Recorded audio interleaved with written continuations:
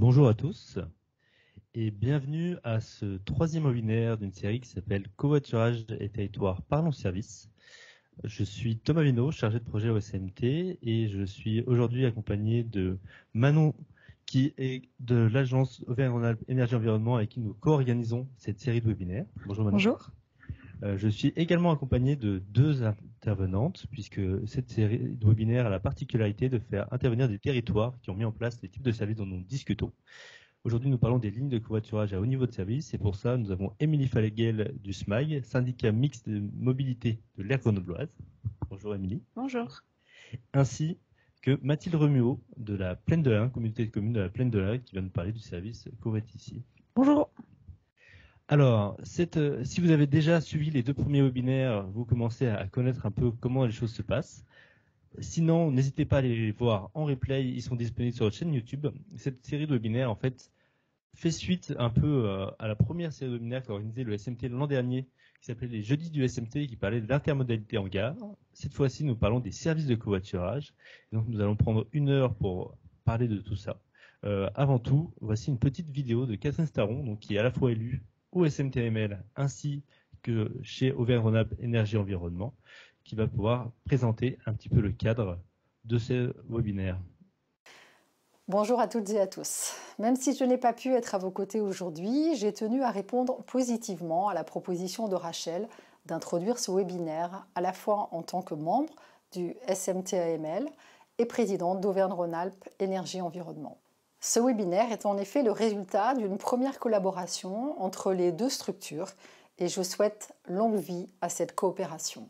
Ce webinaire est dédié au covoiturage, un sujet d'actualité pour de nombreuses raisons. Des enjeux énergétiques et environnementaux qui appellent la réduction de l'autosolisme, d'une part pour limiter les émissions de polluants et de gaz à effet de serre, dans un contexte d'urgence climatique et de santé publique, et d'autre part de réduire notre dépendance énergétique.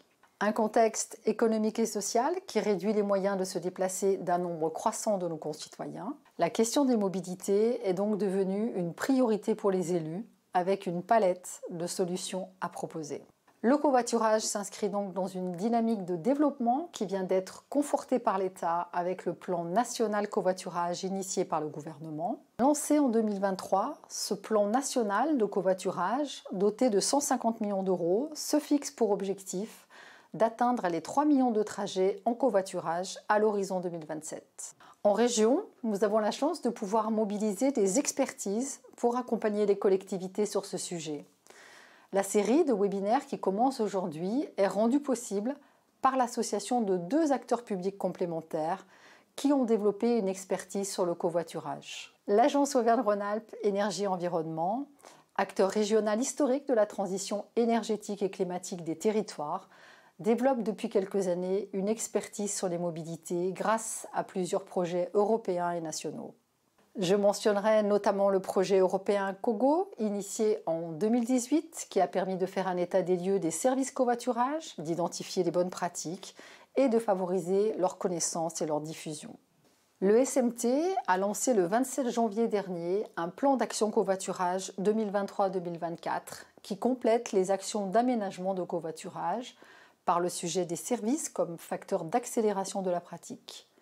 Les politiques covoiturage doivent être construites de manière complémentaire et intégrées aux autres actions de mobilité. Aussi, pour se développer, les services de mise en relation des covoitureurs, anticipés ou dynamiques, en ligne ou autostop organisé, doivent être organisés par les AOM, en lien ou partenariat avec les acteurs privés ou associatifs. En conclusion, les 3 webinaires Covoiturage et territoire, fruits de cette collaboration, vous permettront de découvrir successivement 3 types de services. L'autostop organisé, les lignes de covoiturage à haut niveau de service et enfin, les plateformes de mise en relation avec ou sans incitation financière. L'objectif est d'apporter une réponse aux acteurs des territoires qui souhaitent mieux connaître les solutions existantes de covoiturage, les critères de réussite, les retours d'expérience d'autres territoires précurseurs et les pertinences par rapport au public cible. Ces webinaires sont une aide à la décision aux collectivités sur les solutions les plus adaptées à leur territoire, à l'heure où les sollicitations d'acteurs privés sur le sujet se multiplient. Ils s'intègrent à la boîte à outils destiné aux AOM, proposé par le SMT-AML et l'Agence Auvergne-Rhône-Alpes Énergie-Environnement, qui permet de trouver et mettre en place les offres de mobilité les plus adéquates selon leur situation territoriale.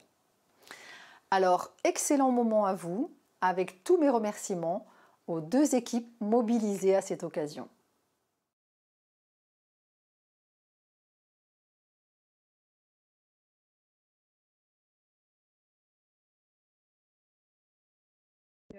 Effectivement, aujourd'hui, le secteur des transports est l'un des principaux émetteurs de gaz à effet de serre.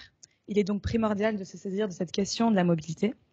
Et le covoiturage est l'une des solutions de mobilité partagée qui est bénéfique à la fois pour les usagers, puisqu'ils peuvent voir leur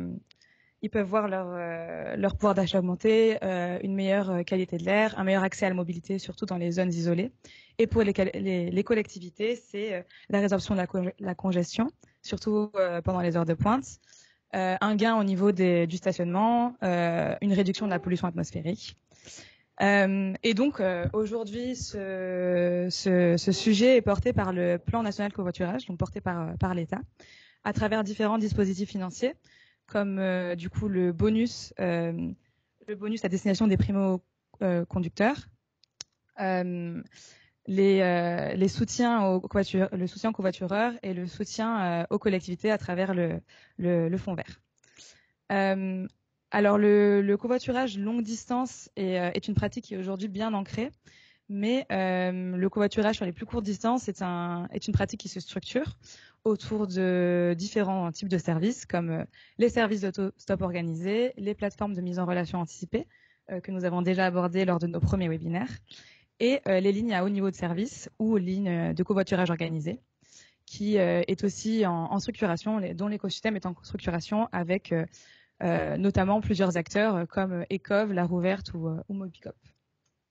Totalement. Alors aujourd'hui, quand on parle de ligne de covoiturage à haut niveau de service, la Fabrique des mobilités, ce qu'elle indique, c'est sur des axes où il y a un flux important, en tout cas, il y a parfois un flux suffisamment important pour mettre en place des lignes de covoiturage à haut niveau de service. C'est un covoiturage spontané, sans réservation, où un service est garanti par un opérateur qui s'engage sur des horaires d'ouverture. Et d'ailleurs, je compléterai pour dire qu'il peut aussi s'engager sur un niveau de service et une garantie de départ sur certains cas. Donc c'est d'ailleurs ce qu'on pourra discuter aujourd'hui. Qu'est-ce que tu peux me dire de plus sur ces lignes de covoiturage, Manon? Alors l'idée donc de ces lignes de covoiturage, c'est de pouvoir développer une offre multimodale où la ligne de covoiturage vient s'intégrer ou complémenter les services de transport en commun existants sur le territoire. Donc c'est un fonctionnement qui se calque sur le modèle des transports en commun avec des lignes qui ont un début et une fin et des arrêts fixes. La demande passe par soit une borne connectée, soit une application, soit des SMS. Et les conducteurs sont avertis par la borne connectée, par le panneau connecté ou par l'application de la présence de passagers et de la direction dans laquelle ils souhaitent aller. Alors le conducteur est rémunéré et le service peut être payant ou gratuit pour le passager. D'ailleurs, nous allons voir les deux cas de figure avec Mathilde et Émilie. Sur la transaction financière, elle se fait sur l'outil numérique, s'il y a transaction. Et parmi les facteurs de succès, on a la densité du trafic et la garantie d'un temps d'attente très court. Et pareil, on va revenir un peu sur tous ces facteurs de succès car il y en a d'autres. Ce sont des services qui sont pertinents dans les zones périurbaines pour relier les centres-villes et les zones d'activité. En zone moins dense, elles peuvent compléter l'offre de transport en commun sur des axes fréquentés. Les lignes sont portées par les collectivités via un opérateur privé et elles apportent un service alternatif au transport en commun et mettent en visibilité le covoiturage. Et donc nous verrons aussi toute l'importance de la communication et de l'animation de ces lignes.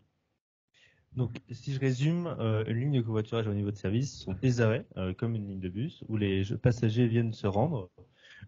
Ils indiquent qu'ils sont à cet arrêt, puis ils attendent qu'un conducteur, via le panneau connecté ou via son application, soit informé de ce passager, puis puisse venir le récupérer et le déposer à destination indiquée. C'est ça. Voilà. Effectivement, donc c'est un service qui est assez récent. Et d'ailleurs, on va pouvoir le voir avec deux exemples aujourd'hui. Donc, merci encore Émilie et Mathilde d'être avec nous. on va pouvoir passer au retour d'expérience, donc parler plus précisément finalement de vous, votre territoire, comment ils ont pu mettre en place ces services-là, comment ça s'est passé pour vous, qu'est-ce que vous en avez appris, comment ça a pu évoluer. C'est toutes ces questions-là qu'on va voir ensemble. Et peut-être pour commencer, Mathilde, est-ce que tu peux nous présenter un peu le territoire de la Plaine de l'Ain? Bonjour à tous, merci Thomas, merci Manon pour cette introduction. Donc le territoire de la communauté de communes de la Plaine de l'Ain, c'est une vaste collectivité de 53 communes pour 80 000 habitants qui se situe grosso modo à mi-chemin entre Lyon et Bourg-en-Bresse, avec comme ville principale Ambérieu, Meximieux et Lagneux. On est traversé par notamment la 42, l'autoroute, et puis une ligne de chemin de fer qui nous relie à Lyon, mais aussi à Bourg, et puis un axe qui va vers Genève également. Et sur ce territoire, alors je rentre pas dans les détails, mais on a un profil à la fois périurbain autour de nos villes-centres et très rural sur une bonne partie de notre territoire, avec même des zones de montagne sur les contreforts du Bugey. Et on a la particularité d'avoir le parc industriel de la Plaine de l'Ain et la centrale de Bugey qui sont vraiment très proches et qui concentrent entre 10 et 12 000 emplois selon les périodes.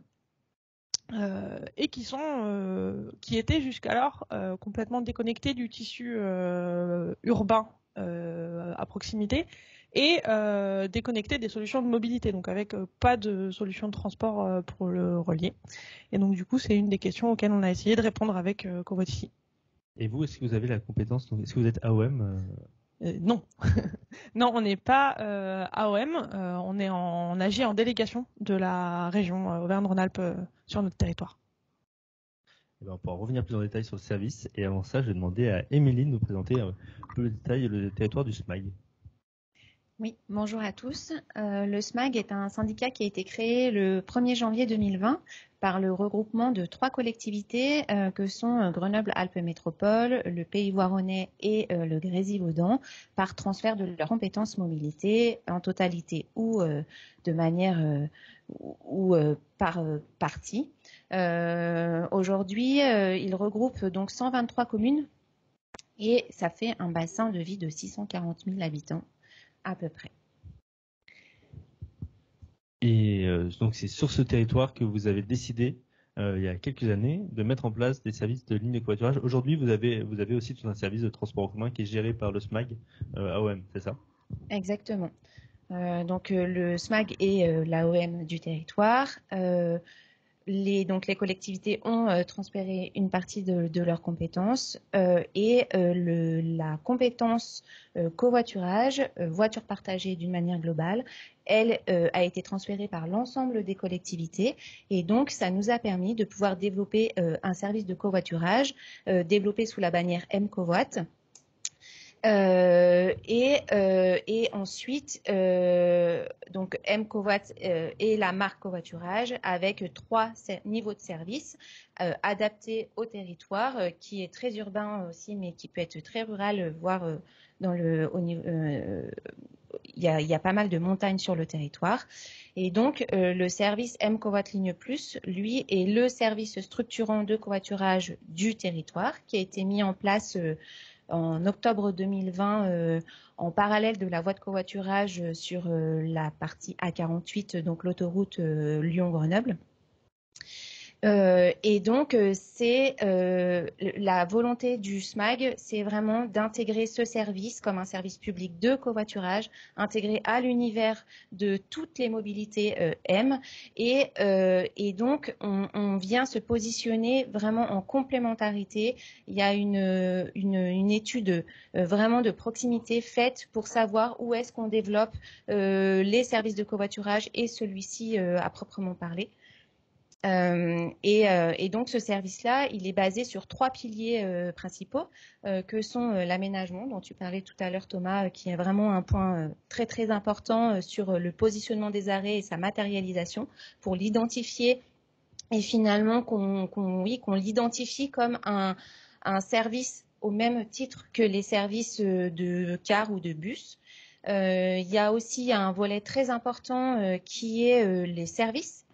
qui sont apportés, la garantie trajet dont Manon tu parlais aussi tout à l'heure, l'assistance téléphonique, toute la partie incitation financière qui est réelle et qui permet vraiment de passer à l'acte et de venir convaincre les gens d'utiliser le service. Et puis le dernier volet qui est la communication et l'animation dont on reparlera très certainement ensuite. Donc, si je résume, il y a une marque M qui regroupe tous les services de transport. Dedans, il y a M-Covoit qui regroupe les différents services de covoiturage. Et M-Covoit Ligne Plus, c'est votre service de ligne de covoiturage à haut niveau de service. Et donc, concrètement, cette M-Ligne Covoit Plus, aujourd'hui, c'est quoi ses horaires, c'est peut-être c'est l'incitation qui est liée? Alors, le service M-Covoit Ligne Plus, l'objectif, c'est de massifier la pratique du covoiturage. Et donc, on est sur des trajets domicile-travail aujourd'hui. Donc, le service, il est ouvert du lundi au vendredi de 6h à 21h sur le territoire. Et en dehors de ces créneaux horaires, il y a d'autres services de covoiturage qui peuvent prendre le pas ou alors d'autres services de transport en commun. Donc, il y a une logique d'incitation financière. Aujourd'hui, les élus du SMAG ont souhaité ne pas rendre payant ce service pour les passagers parce que il a été considéré sur le territoire que ça pouvait être un frein à l'usage et donc on était plutôt dans une logique de changement de comportement, de venir convaincre les gens, donc de ne pas rendre encore ce service payant. Et par contre, le conducteur, il y a deux types d'incitation. Une première qui est une incitation siège libre parce que il est nécessaire d'aller chercher des sièges libres pour pouvoir proposer ces sièges aux passagers qui attendent et donc de limiter, on parlait de faible temps d'attente tout à l'heure, c'est bien ça, c'est de proposer très vite des sièges libres pour pouvoir faire partir au plus vite le passager qui attend et c'est comme ça qu'on viendra convaincre les gens de réutiliser le service. Et puis une indemnisation qui est de 2 € et qui est donc par passager transporté et qui est assez classique sur le covoiturage qui vient finalement indemniser le conducteur qui met à disposition son véhicule, qui paye son essence, potentiellement son péage, etc. Pour le partage de frais. D'accord. Donc, pour résumer, vous avez 19 arrêts. Aujourd'hui, donc il y a deux types d'incitation pour les conducteurs. C'est à partir du moment où ils proposent le trajet, qu'ils transportent ou non une personne, ils touchent 50 centimes. Et puis, si par hasard il y a des passagers qui attendent et qui vont réellement partager leur trajet avec d'autres personnes, là par passager transporté, ils toucheront 2 €. Okay. Et c'est gratuit toujours pour les passagers. Tout à fait. Voilà. Et du coup, chez vous, à Plaine de l'Ain, comment est-ce que ça se passe concrètement votre service? Covoit ici. Alors Covoit ici sur le Covoit ici Pipa comme on l'appelle, c'est le fruit du partenariat entre 4 acteurs. La communauté de communes de la Plaine de l'Ain qui coordonne l'ensemble du projet, le syndicat mixte du parc industriel de la Plaine de l'Ain qui est l'organe de structuration et d'animation du parc industriel de la Plaine de l'Ain, la communauté de communes des Balcons du Dauphiné qui est notre collectivité voisine duquel partent 2 lignes de covoiturage, de laquelle partent 2 lignes de covoiturage, et puis EDF qui est en partenariat aussi avec nous pour avoir cet arrêt chez eux et pour participer vraiment activement à l'animation du dispositif. Et avec ces 4 partenaires-là, on a défini 4 lignes de covoiturage qui vont avoir comme lieu d'origine les principales poches d'habitation des salariés du parc industriel et de la centrale, et donc qui vont finalement faire une croix autour de cette zone d'emploi avec Ambérieu, Meximieux, Tignieux et puis Montalieu-Versieux. Et qui vont être en connexion avec les gares aussi. Donc à Ambérieu et Meximieux, on a la ligne de train dont je vous parlais qui part sur Lyon, qui permet d'assurer une intermodalité train plus covoiturage. Et donc ça permet en fait d'adresser le service sur les trajets domicile-travail des salariés du parc industriel et de la centrale de Bugey. On est sur un service qui est ouvert de 4h à 22h, mais pour lequel on a défini des heures de pointe. Et ces heures de pointe, elles sont importantes parce que c'est sur ces heures de pointe-là qu'on va avoir vraiment le niveau de service attendu de la ligne de covoiturage.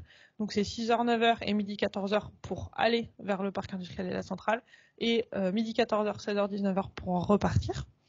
Et c'est sur ces horaires-là, en fait, qu'on a donc la garantie de trajet. C'est un élément qui est vraiment fondamental dans la réussite du service. Garantie de trajet, ça veut dire? Ça veut dire que si un passager se présente à un arrêt, fait sa demande, si dans les 10 minutes, il n'y a pas un conducteur qui est passé le prendre sur le fonctionnement classique du service, on va chercher une autre solution, soit avec des conducteurs qu'on a identifiés, dont on sait qu'ils sont fidèles, qu'on va pouvoir appeler pour leur demander c'est bientôt votre créneau horaire, est-ce que vous avez bien prévu de passer aujourd'hui ou pas, ou alors on va jusqu'à affréter un taxi si on ne trouve pas d'autres solutions. Et on a le mécanisme d'indemnité siège libre et d'indemnisation à la prise en charge passager sur les mêmes niveaux que sur Grenoble. Pareil sur ces horaires-là. De notre côté, les élus ont fait un petit peu le choix inverse à ce qui s'est passé à Grenoble. On a toujours soutenu l'idée que ce service était payant. Alors certes, c'est vraiment très peu cher pour les passagers. On est à 50 centimes du trajet et on avait imaginé un plafond à 20 € max par mois. Donc on reste sur un coût qui est très incitatif pour les passagers, mais qui est pas gratuit. Et aujourd'hui, donc c'est depuis combien de temps qu'il existe ce service chez vous et pourquoi il a été lancé initialement? Alors le service était prêt à être lancé en février-mars 2020. Donc on a repoussé l'ouverture, enfin on a ouvert, on a fermé. Et on a vraiment, le vrai démarrage, c'était en septembre 2020, l'ouverture aux passagers, avec une phase de recrutement des conducteurs un petit peu en amont. Et puis en fait, l'historique du projet, on est parti d'une expérimentation d'autostop organisée sur les trajets domicile-travail qui était un peu sur la même configuration de ligne. Et après quelques mois de fonctionnement, on a un peu tiré les conclusions de ça et on s'est rendu compte que sur le trajet domicile-travail, ne pas avoir la garantie d'arrivée, c'était quand même vraiment un frein majeur à l'utilisation du dispositif pour les passagers. Et c'est là qu'en fait on a voulu passer à l'étape d'après et de proposer ce service. À la base, c'était une expérimentation sur 18 mois, 2 ans, en préfiguration en fait des arbitrages sur la prise de compétences mobilité ou non, d'expérimenter des choses pour voir ce que ça pouvait donner la mobilité sur notre territoire. Et donc, on n'a pas pris la compétence, mais par contre, Covoit ici a continué sa vie au-delà de finalement la phase expérimentale. Très bien. On va peut-être aller plus en détail sur comment du coup fonctionnent ces services, quels sont un peu finalement l'arrière-plan, ce qu'on ne voit pas en tant qu'usager. Je sais pas, c'est des questions particulières. Oui, par exemple, est-ce que vous pourriez nous en dire plus déjà pour mettre en place un tel service? Quel a été le temps de réflexion, de contractualisation, de mise en place? J'imagine que ça dépend aussi de la collectivité aussi. Oui, par exemple, on peut commencer par SMAG. Alors, la temporalité peut être plus ou moins longue. Il y a déjà une partie de rédaction des cahiers des charges, de lancement de consultation, etc., qui est très dépendante de la collectivité dans laquelle on travaille. Et ensuite, il y a une phase importante de mise en œuvre et surtout, tout à l'heure, on parlait de matérialisation des arrêts. C'est un sujet important parce qu'en fonction d'où on positionne les arrêts, il est nécessaire d'avoir des autorisations d'aménagement sur la voirie. Et donc, il faut arriver à justifier le positionnement des arrêts en ayant fait en amont les études sur le positionnement des arrêts qui sont souhaités. Voilà. Donc ça peut aller, une fois qu'on a une notification d'arrêt, entre 3, 4 et voilà, 4 mois pour positionner un arrêt. D'accord. Donc il y a une phase finalement de réflexion amont et une phase de travaux puis de lancement. Pour vous, sur la plaine de l'Ain, c'était à peu près pareil. La mise en place, ça représentait quoi en termes de temps? Je pense qu'on doit être à peu près sur les mêmes délais, mais peut-être pas répartis de la même façon. Nous, on a eu toute une phase en fait de benchmark, de réflexion un petit peu sur comment on faisait évoluer justement notre service et quels étaient les arrêts, d'échange aussi avec les communes en fait, parce que pour que ça marche, il faut que les communes adhèrent aussi au principe. C'est un premier vecteur en fait d'information et puis c'est leur espace public aussi qu'elles mettent à dispo. Donc On a aussi tout ce temps de maturation par rapport aux communes. Et puis, nous, on a eu une phase aussi de recherche de financement pour alléger le coût pour la collectivité. On a été chercher du C2E, du FEDER, des fonds externes. Et après, finalement, la période de contractualisation, c'est pas forcément le plus long pour nous. Et puis derrière, par contre, effectivement, une fois qu'on a la notification du marché, en 4-5 mois, on est capable d'ouvrir au moins en conducteur la ligne de covoiturage. Mais parce qu'en fait, il y a tout le travail amont qui a déjà été fait, en fait. Très bien, merci. Et du coup, sur la partie plutôt coût de mise en place et justement financement du service. Alors sur le financement, vous nous avez déjà répondu. Et sur le coût, peut-être plutôt l'ordre de répartition par poste de dépenses. Quelles sont les dépenses associées autres que les dépenses liées à l'incitation au covoiturage? C'est des éléments qu'il faut prendre vraiment avec beaucoup de précaution parce que donner un chiffre hors contexte, c'est vraiment pas forcément pertinent, c'est pas forcément reproductible.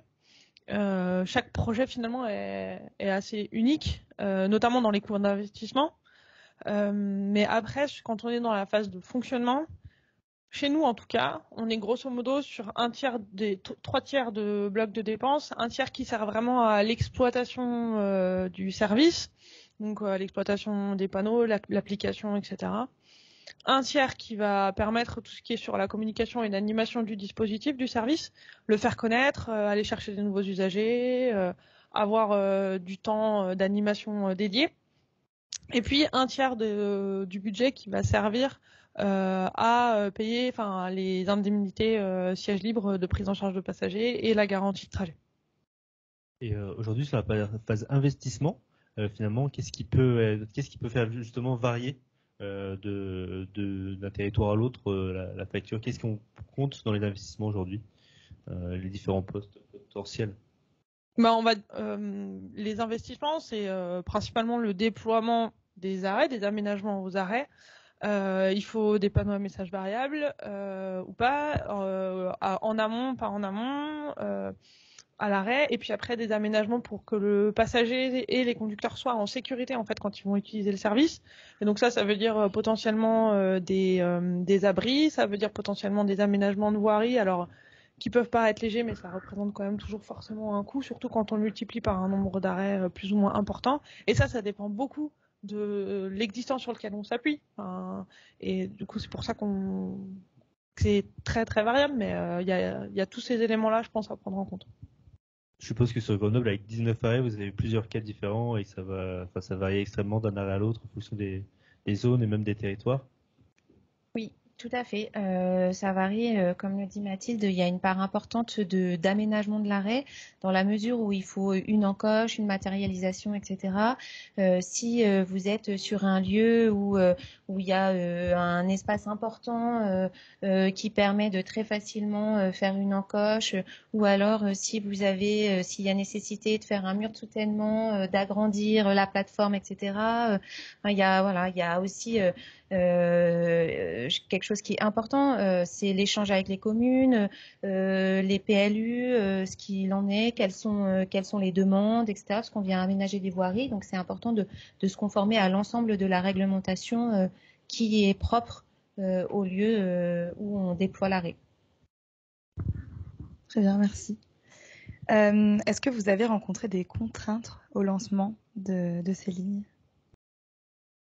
On peut peut-être le dire en cœur parce qu'il y a eu le Covid. Le Covid, ouais. Après, de notre côté, alors on reparle un petit peu de la même chose, pardon, mais c'est vrai que le volet aménagement, parce que finalement le volet serviciel, c'est propre à la collectivité. On a un marché, donc ça veut dire que ça a été validé par nos élus, qu'on a des budgets associés, etc. Donc toute la phase amont de mise en œuvre finalement nous appartient. Par contre, quand on vient positionner les arrêts à ce moment-là, il faut qu'on vienne expliquer le service, quel est l'intérêt aussi pour le territoire, parce que on croit en ce service, donc il faut qu'on vienne convaincre. Et c'est pas forcément simple parce que c'est pas forcément simple de s'approprier le service au début des lignes de covoiturage, etc. Les parkings parking relais, les arrêts de bus, etc., on connaît. Mais quand on veut venir positionner un arrêt de covoiturage, c'est important de ne pas dire on veut l'autorisation dans 15 jours parce qu'il y a vraiment à mon avis, une phase, enfin même plus qu'à mon avis, on a eu une phase importante en amont d'explication du service et de qu'est-ce que ça peut apporter sur le territoire aussi. Donc pour moi, c'est une des choses principales. Pour nous, ça a vraiment été le Covid qui a été le plus compliqué, je pense, et presque le plus frustrant en tant que collectivité à gérer parce que quand tout est prêt et qu'on se prend un arrêt brutal pour on ne sait pas combien de temps, c'est particulièrement compliqué à gérer. Mais aussi après, en fait, parce que en septembre 2020, le Covid, il est encore là, et bien là, et nous, notre première tâche à ce moment-là, c'est d'aller convaincre les entreprises. Toute notre stratégie en fait de communication et d'animation sur le service, elle est vraiment basée sur nos usagers sont tous dans les entreprises du PIPA, donc c'est là qu'on doit aller convaincre les gens, les chercher. Et le problème, c'est qu'à ce moment-là, les portes des entreprises sont pas aussi ouvertes qu'elles ne l'étaient en fait 6 mois avant, parce qu'on est dans une situation économique qui est pas simple. Parce que le covoiturage n'est pas du tout. Les messages ont été très contradictoires en fait, laissés par le gouvernement sur la thématique du covoiturage. Et donc du coup, les gens savent plus sur quel pied danser. Donc reconquérir la confiance et réavoir accès aux gens, proposer des animations en présentiel, on passait pour des extraterrestres quoi. Donc ça a été particulièrement compliqué à gérer, de reconquérir le territoire qui nous était presque plus favorable 6 mois ou 1 an avant. Ouais. On espère pour les prochains territoires qui voudraient se lancer qu'ils n'aient pas la même contrainte et qu'elle soit assez spécifique à une période de temps. Donc, du coup, on a bien compris qu'il y avait vraiment des grosses variations sur le coût des services, notamment sur l'investissement en fonction des arrêts et des territoires. Sur la partie exploitation, un tiers entre le service, les incitations et puis la communication. Et aujourd'hui, sur les sources de financement, donc pour Plaine de l'Ain, c'est principalement des aides. Alors aujourd'hui, voilà, comment vous financez vous ces services? C'est en fonds propres, c'est il y a le fonds vert notamment qui est de l'État qui peut aider pour ces deux services. Est-ce que vous l'avez sollicité? Comment ça se passe? Du coup, nous, on a sur la première phase d'expérimentation, donc on a mobilisé pas mal d'aides externes. Du coup, on a réussi à avoir un taux d'autofinancement qui a été très faible. Et aujourd'hui, qu'on est sur un fonctionnement plus stabilisé, on a sollicité le fonds vert qui nous finance 50% du service et les 50% restants sont payés via la convention de partenariat qu'on a entre les 4 acteurs que je citais tout à l'heure, donc en fonds propres. Donc avec des entreprises, les entreprises financent en partie. Non, il y a EDF qui finance une partie, mais sinon, non, c'est que de la collectivité publique. Et à Grenoble? Et Grenoble, on est à peu près sur quelque chose de similaire. On a lancé le service MCOAT Ligne Plus dans le cadre du programme LICOV que portait ECOV C2E, qui a pris fin, si je ne me trompe pas, au 31 décembre 2022. Tout à fait. Merci. Et donc on a eu une période où on était à 100% de financement côté SMAG et on a eu aussi la chance d'avoir du fonds vert sur le territoire, donc qui vient financer pour la même hauteur sur notre service.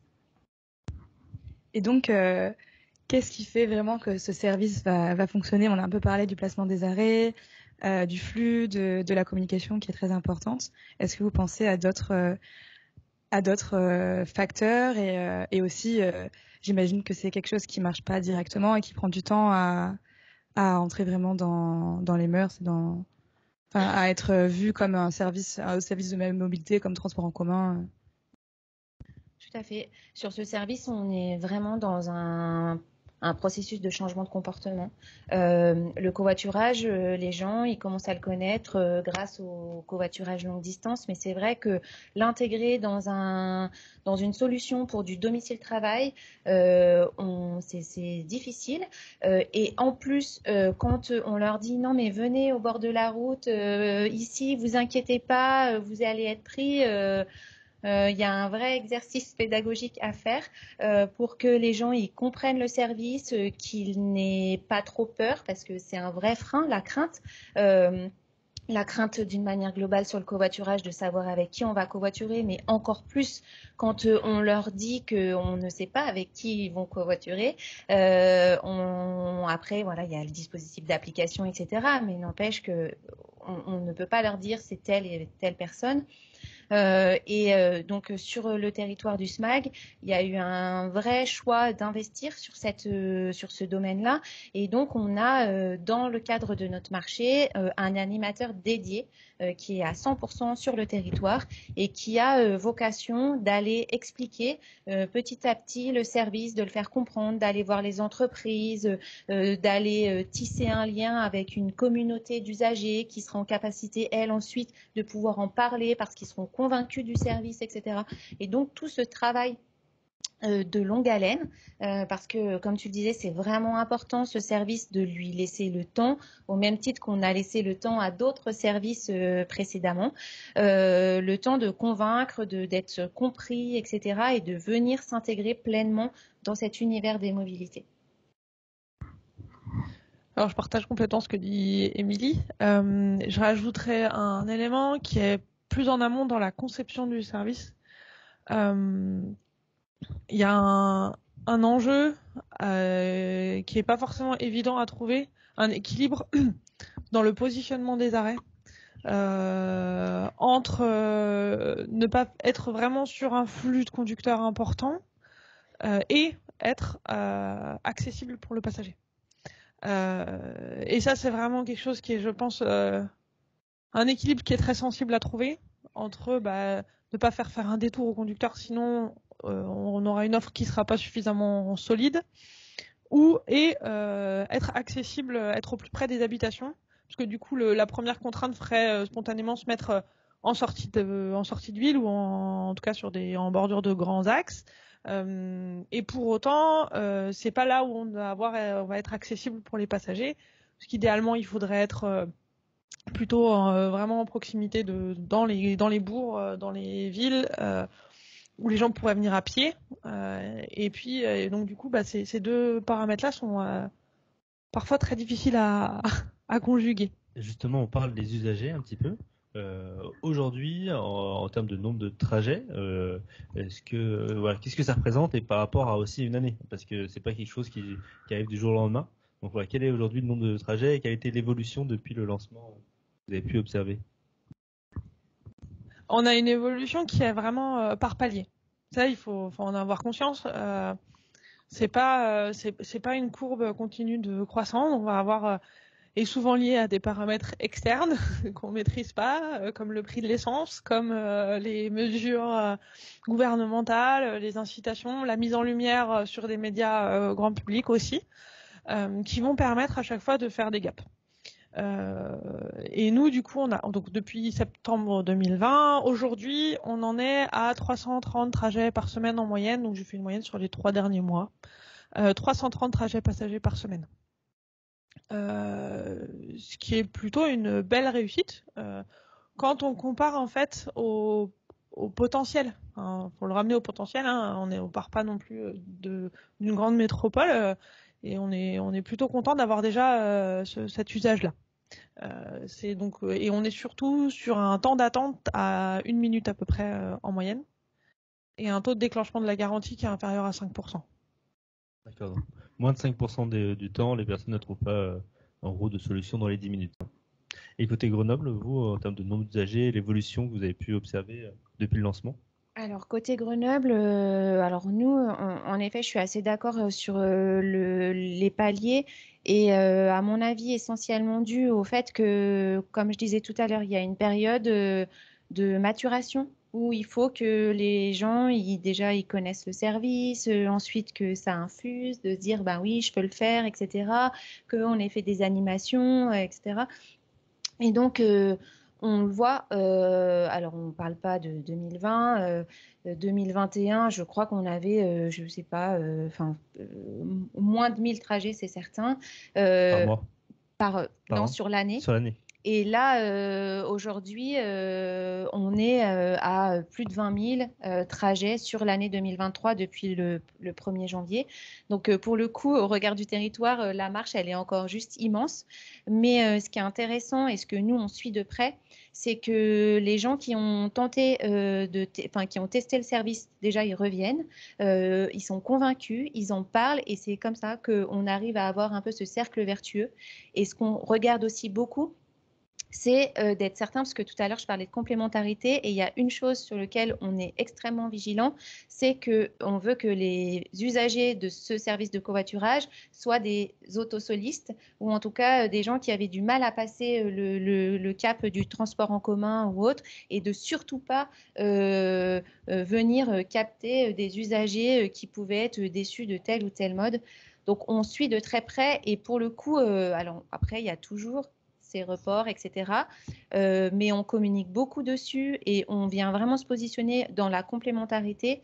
Et tu parlais de la garantie trajet. Alors nous, on est inférieur à 1% aujourd'hui sur le territoire parce qu'on a positionné les arrêts sur des actes extrêmement structurants, etc.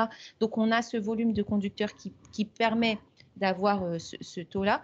Mais aussi, ce qui est important, c'est de se dire que si vous n'avez pas de garantie, si vous n'avez pas de conducteur, vous pouvez aussi avoir ce report de transport en commun et de pouvoir, de fait, avoir cette complémentarité. Et donc, sur Plaine de l'Ain, c'est principalement ces personnes qui font domicile-travail, donc les cibles de personnes visées. À Grenoble, c'est similaire, c'est d'autres publics aussi qui sont ciblés via ce service. Alors, pour moi, ce service, après je peux me tromper, mais pour moi, ce service, c'est la cible première et quasi exclusive, c'est du trajet domicile-travail. Alors, on peut parler du domicile université ou autre, hein, mais d'une manière générale, parce que dans la mesure où on est dans cette massification du covoiturage, il est nécessaire d'avoir un flux suffisant pour avoir un temps de prise en charge rapide, etc. Parce que derrière, ça reste de l'argent public, donc c'est nécessaire de l'utiliser correctement. Et donc, aujourd'hui, on est plutôt dans cette démarche de dire ce service-là, il vient démocratiser le covoiturage parce qu'il vient dire que c'est une vraie solution de mobilité. Et ensuite, en tout cas, nous, sur le territoire du SMAG, on viendra travailler, on commence à travailler sur d'autres services. On parlait de l'autostop organisé tout à l'heure, des services un peu plus structurés qui peuvent mailler les territoires de manière plus fine. Et là, on vient travailler sur des cibles à la fois domicile-travail, mais à la fois loisirs, événementiels ou autres qui peuvent compléter la palette. Et peut-être, on a déjà un peu abordé la question, mais c'est tout l'aspect communication. Aujourd'hui, quels sont vos différents leviers pour faire connaître et pour animer aussi le service l'une comme l'autre sur vos territoires? Aujourd'hui, on va s'appuyer, nous, je l'évoquais tout à l'heure, on continue d'être sur cette ligne de dire les entreprises sont les bons lieux pour aller chercher nos usagers, futurs usagers. Donc on travaille beaucoup là-dessus, on essaye d'être en visibilité, on essaye de former les gens qui vont être au contact des usagers en fait, pour que les responsables RH, que HSE, les CSE soient en fait au courant du service pour qu'ils aillent finalement en parler. On travaille l'axe réseau social aussi, l'animation d'une communauté. On travaille l'axe des prescripteurs emploi. Et après, on a pu avoir quelques actions aussi complémentaires, de la vidéo, etc. Mais vraiment, l'axe de nous, le premier axe, c'était d'être visible dans les entreprises. Et ça, c'est un double enjeu, c'est qu'en fait, on va chercher déjà à faire changer le regard de l'employeur, de la structure entreprise, du cadre dirigeant, des services RH sur la pratique du covoiturage. Le rendre crédible comme un service un moyen de déplacement. Et donc en fait, il faut déjà les convaincre eux et aller convaincre les usagers potentiels. Et c'est en fait deux discours assez différents. Donc on a ce double enjeu-là.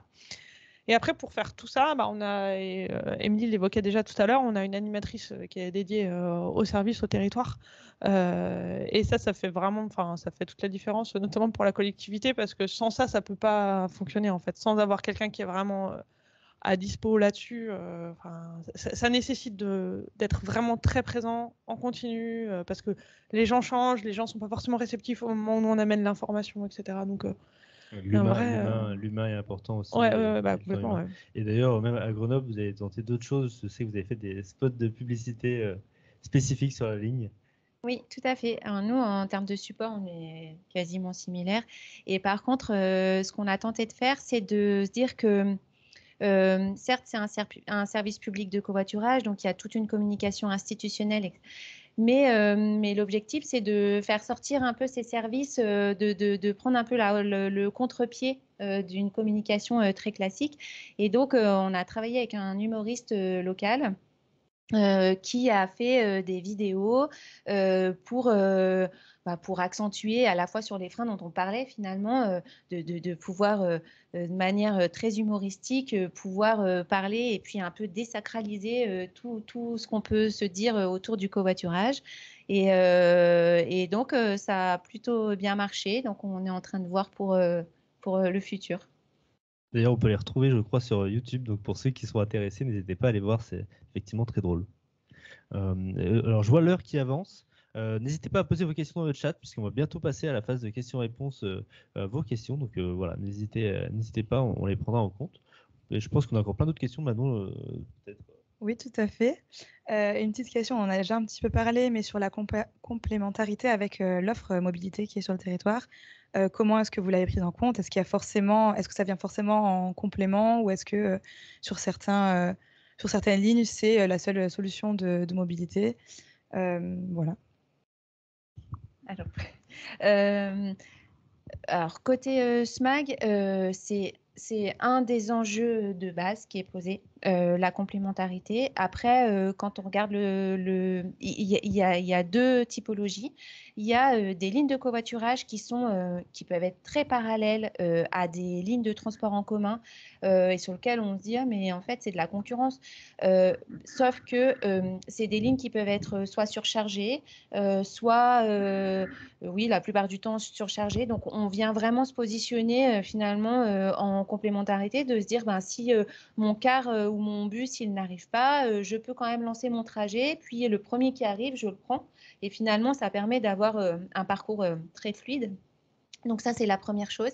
Et la deuxième chose, c'est de pouvoir un petit peu regarder les origines-destinations qui sont compliquées à faire en transport en commun et sur lequel on se dit non mais je vais mettre 1 heure et demie pour le faire, j'ai 3 changements, c'est pas possible.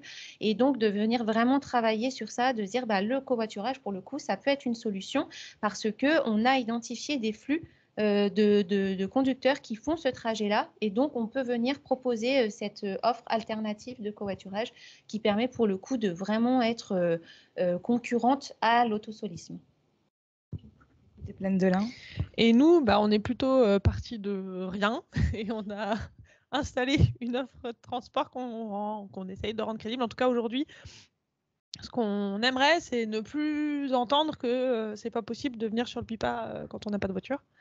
C'est vraiment à ça qu'on a travaillé. Et donc, effectivement, forcément, la complémentarité avec une offre de transport ou la concurrence, on l'a jamais vu comme ça. On raisonne intermodalité quand on a placé nos arrêts en gare. Et par contre, aujourd'hui, depuis 1 an, la région a mis en place 2 lignes de bus à la demande sur plus ou moins les mêmes trajets que Covoit ici, qui sont plus ou moins similaires aux 2 lignes de Covoit ici d'Ambérieu et de Meximieux. Et ce qu'on constate, c'est qu'en fait, c'est pas les mêmes usagers et qu'il n'y a pas eu du tout de vases communicants. En fait, ça se complète. Alors, parce qu'on n'est pas tout à fait sur les mêmes horaires, on n'est pas du tout sur les mêmes typologies de services, en fait. Et en fait, les deux peuvent coexister sans se marcher sur les pieds. Parce qu'en fait, la part modale de l'un et de l'autre sont finalement assez faibles, quoi. Et du coup, il n'y a pas de raison que l'une et l'autre viennent se faire prendre. Oui, il y a une complémentarité finalement entre le transport en commun et le covoiturage aujourd'hui. D'ailleurs, à Grenoble, il y a même une complémentarité entre les différents services de covoiturage, puisque si je ne me trompe pas, vous avez aussi des services d'autostop organisés et de plateformes de covoiturage anticipées. Oui, tout à fait. Donc, sous la marque M-Covoit, on a 3 types de services. M-Covoit Ligne Plus, donc M-Covoit Pouce et M-Covoit Rendez-vous. M-Covoit Pouce qui est un service aussi de covoiturage spontané et qui est la suite de Réseau Pouce. et donc avec des panneaux statiques et à la fois avec des panneaux à boutons poussoirs et qui permet d'offrir un service de covoiturage quand même structurant, surtout avec les panneaux boutons poussoirs, sans, on parlait tout à l'heure de budget global pour les collectivités, sans pour autant avoir l'ensemble des services, et donc c'est un coût, mine de rien, qui est moindre pour la collectivité et qui permet de fait de pouvoir venir beaucoup plus finement dans les territoires et d'apporter une solution de covoiturage.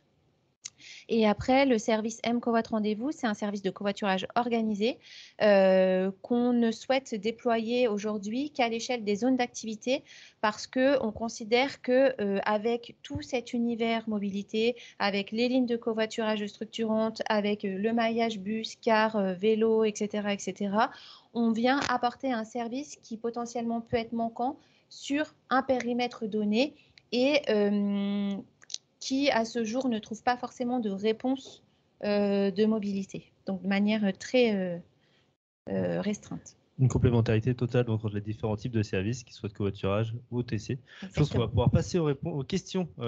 Donc n'hésitez pas à continuer à poser vos questions dans l'espace chat de préférence. Donc choisis, il y a une première question.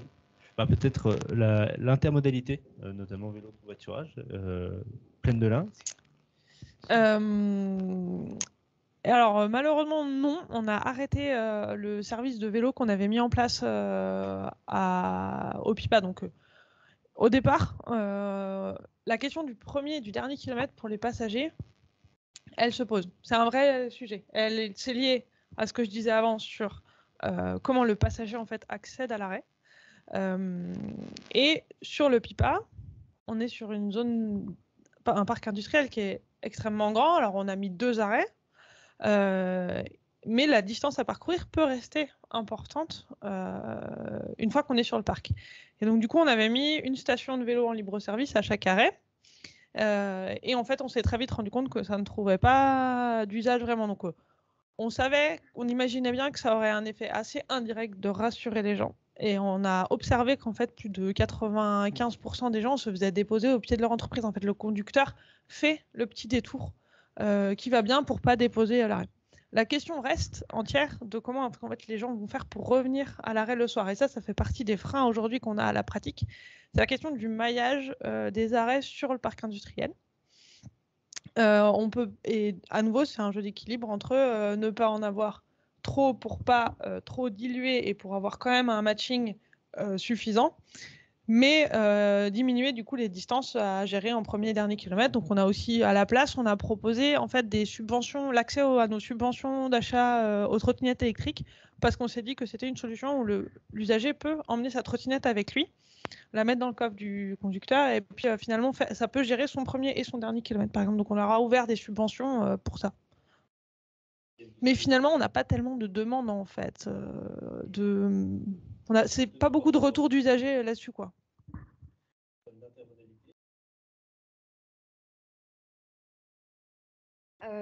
Alors, très sincèrement, assez peu. Et par contre, on souhaite vraiment pouvoir travailler dessus, parce que les lignes de covoiturage, dans la mesure où il faut avoir un flux important, nécessairement, on doit les couper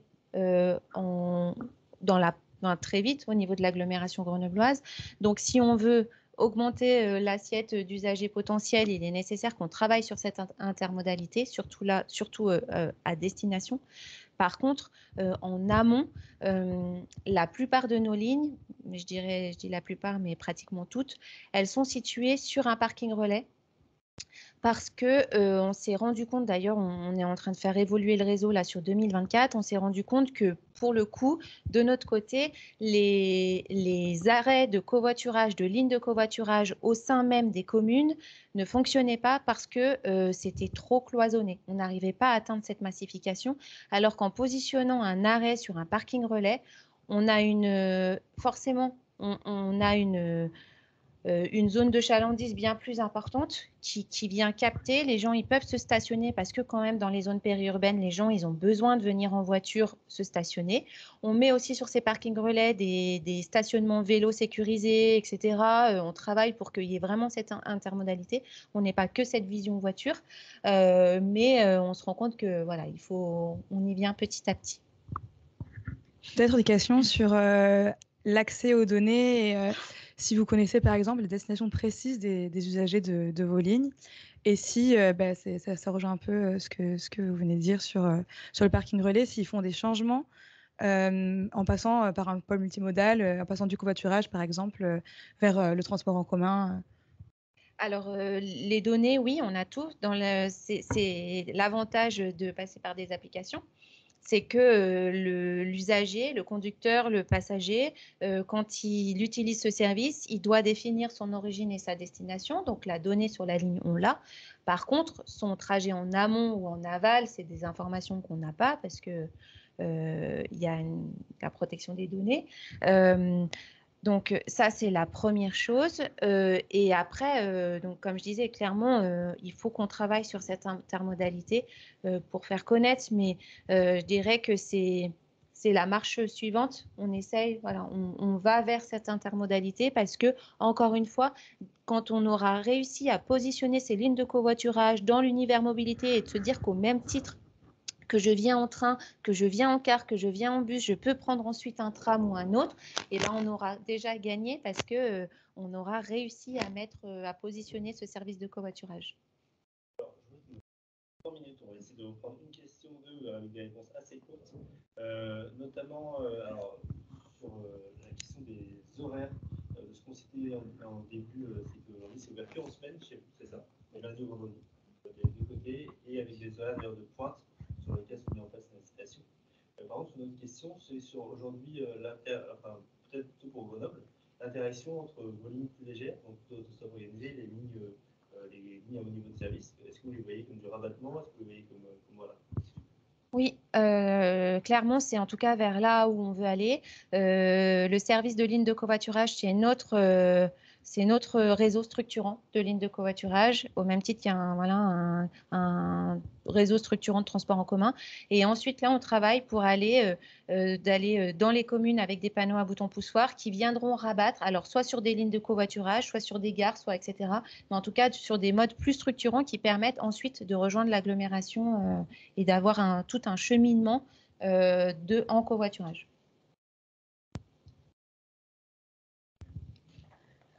Question, oui, pour la plaine de l'Inde, du coup. Est-ce que vous avez une idée du taux de rabattement en trottinette? Non, non,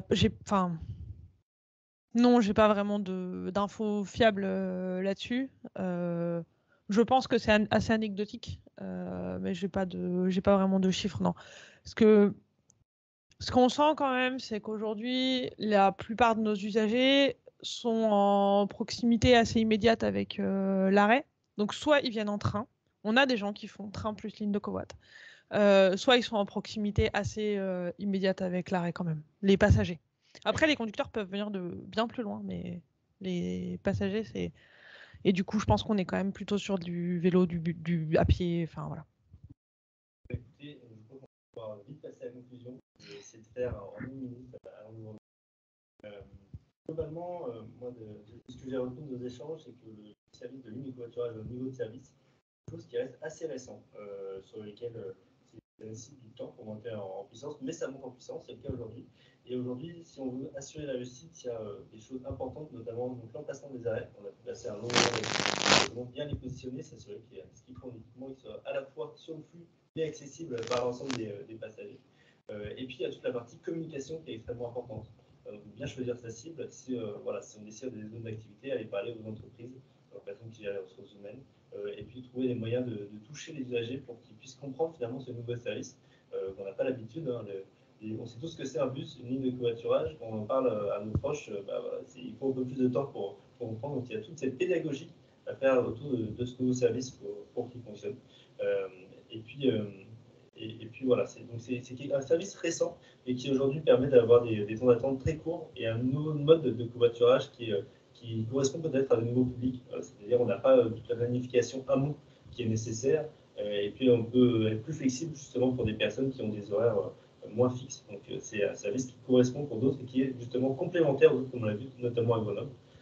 Voilà, donc je ne sais pas si vous voulez dire un dernier mot avant de remercier ou si c'est bon pour vous. C'était très complet, merci. Super, dans ce cas-là, je peux vous remercier. Merci Mathilde, merci Émilie pour votre présence. Et puis merci à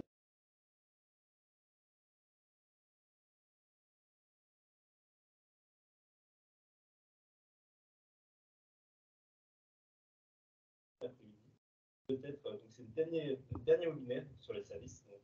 Donc, potentiellement suivi d'un résumé écrit sur tout ce qu'on a pu se dire lors de ces 3 webinaires. Ça, c'est quelque chose sur lequel on travaille et on vous tiendra informé par la suite. Et encore merci à vous de votre présence et à très bientôt.